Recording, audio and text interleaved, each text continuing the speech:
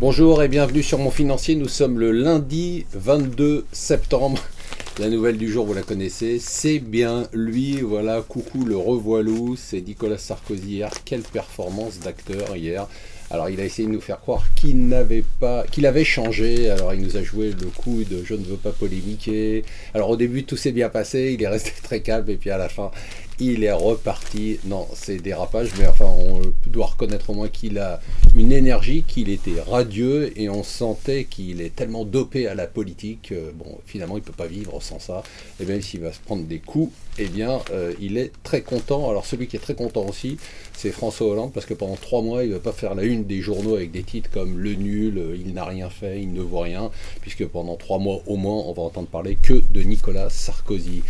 La grève à Air France, alors est-ce que ça deviendrait une sorte de conflit phare pour la France? Et en passe de le devenir, c'est-à-dire qu'au-delà d'une grève, ça devient un vrai rapport de force. Alors on n'est pas encore dans la grève des mineurs de Thatcher ou les contrôleurs aériens de Reagan, mais quand même pour Valls, peut-être que ça serait le moment de montrer qu'il a la capacité de tenir tête à des privilégiés qui mettent en danger leur boîte uniquement pour leurs propres privilèges.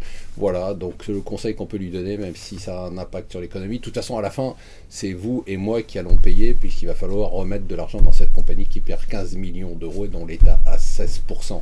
Alors, Moody's qui devait dégrader la France, qui finalement lui a donné un délai, qui attend de voir si elle va adopter ses réformes. Ce matin, les marchés étaient en baisse pour une raison très simple, c'est qu'on comprend en fait plus rien de ce qui se passe en Chine. Les Chinois avaient annoncé une sorte de quantitative easing, et puis ce matin, on a eu des déclarations disant que finalement, eh bien, il fallait laisser les choses se faire et que la Chine préférait une croissance plus faible, mais une croissance plus saine.